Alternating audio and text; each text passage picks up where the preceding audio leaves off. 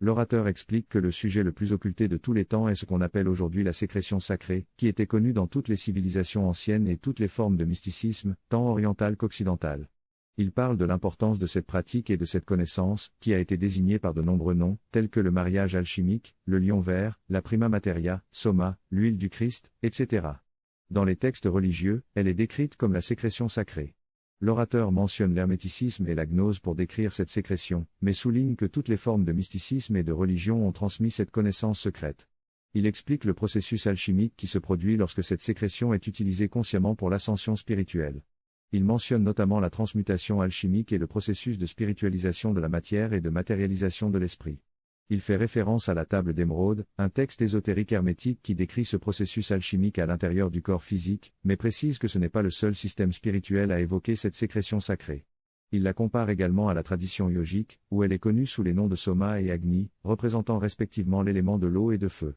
L'eau vivante de Soma, produite par le corps humain lorsque la force vitale ou l'esprit circule à travers la colonne centrale du corps, est transformée par le feu en une forme éveillée et illuminée. L'orateur souligne que cette transmutation des eaux de vie en eau vivante est le savoir ésotérique transmis. Il explique ensuite les différentes sphères de compréhension de ces concepts.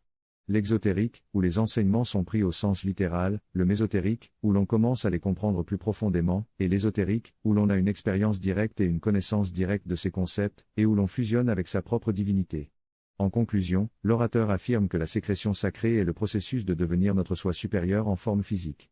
Il mentionne également la prima materia, la substance primordiale originelle qui est une forme de conscience. Elle se manifeste comme le fluide cérébro-spinal, issu du colostrum du cerveau, et descendant jusqu'à la base de la colonne vertébrale, symbolisant ainsi une descente divine. Le fluide sacré, également appelé sécrétion sacrée, est un processus alchimique qui se produit à l'intérieur du corps humain. Il commence par être sécrété par la glande pinéale et la glande pituitaire, ce qui le rend de plus en plus éthéré. La glande pinéale contribue une sécrétion de couleur miel, tandis que la glande pituitaire contribue une sécrétion de couleur laiteuse. En se déplaçant dans le corps, le fluide atteint le centre du cœur, où il peut être activé davantage. Cependant, cela ne se produit que chez les individus conscients, ceux qui cherchent l'éveil spirituel. Chez les personnes qui ne sont pas conscientes ou qui agissent de manière inconsciente, le fluide continue de se déplacer le long de la colonne vertébrale, mais sans être activé davantage. Pour que le fluide puisse remonter et revenir à son point de départ, le centre du cœur doit être activé consciemment par des pratiques telles que la compassion et l'empathie.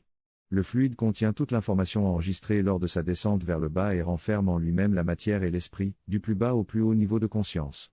En remontant vers le haut, le fluide est de nouveau purifié et spiritualisé par le centre du cœur, avant de se matérialiser sous une forme supérieure à son point de départ. Ainsi, la pratique de la sécrétion sacrée permet l'incarnation du moi supérieur et le développement de l'illumination. Dans ses propos, l'auteur explique que l'incarnation et la guérison sont liées à l'éveil spirituel. Il mentionne que l'incarnation consiste à spiritualiser la substance en nous, ce qui contribue à activer le processus d'éveil. Il évoque également le rôle de la région du plexus solaire dans ce processus, qui est associé à la naissance symbolique de Jésus dans la crèche. L'auteur décrit ensuite le cheminement de l'huile sacrée à travers notre système nerveux, en soulignant l'alchimie interne qui se produit dans le plexus solaire. Il explique que le feu, représenté par différentes forges dans notre corps, est ce qui transforme et régénère notre être. L'auteur mentionne ensuite la nécessité de remonter cette huile jusqu'au thalamus optique, ce qui active des nerfs dormants et ouvre des voies régénératrices. Il souligne que lorsque nous externalisons notre conscience et négligeons cette alchimie interne, nous créons des circonstances dégénératives.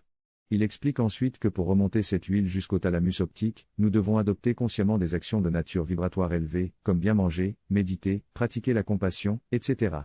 L'auteur encourage chacun à faire preuve de bon sens pour distinguer les actions de nature vibratoire élevée des actions de nature basse. Pendant cette période de la montée de la graine génératrice vers le crâne, il est important de chercher à exister de la manière la plus vibratoire possible dans notre environnement. Cela signifie éviter les comportements gloutons et malsains, que ce soit en termes d'alimentation de mauvaise qualité ou de consommation de contenu de mauvaise qualité. Pendant ce processus, il est essentiel de distinguer nos comportements inconscients de nos comportements conscients et d'aligner nos actions conscientes afin de participer à notre évolution personnelle. L'alchimie est le mariage de l'art et de la nature, où nous participons activement à la réalité en utilisant notre conscience pour améliorer la nature. C'est un moyen puissant de créer notre propre art et d'utiliser notre alchimie intérieure pour incarner notre moi supérieur. La sécrétion sacre, et commence à chaque cycle lunaire lorsque la Lune traverse notre signe du zodiaque solaire, et il est recommandé de commencer ces pratiques vibratoires 2 jours avant et de continuer 2 jours après. Lorsque l'huile ou la graine atteint la base du crâne, elle reste là pendant 2 jours et demi, soit le temps que la Lune passe dans un signe avant de poursuivre son ascension jusqu'au thalamus optique. Pendant ce temps, l'huile est crucifiée, ce qui signifie qu'elle est fixée et non annihilée.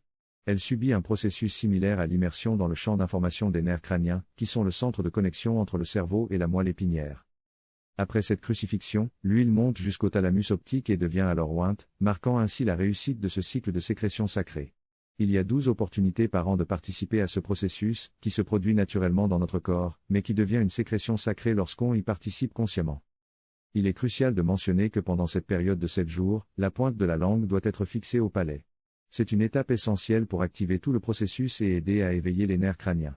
Selon la mystique, cela peut même permettre la croissance d'un 13e nerf crânien.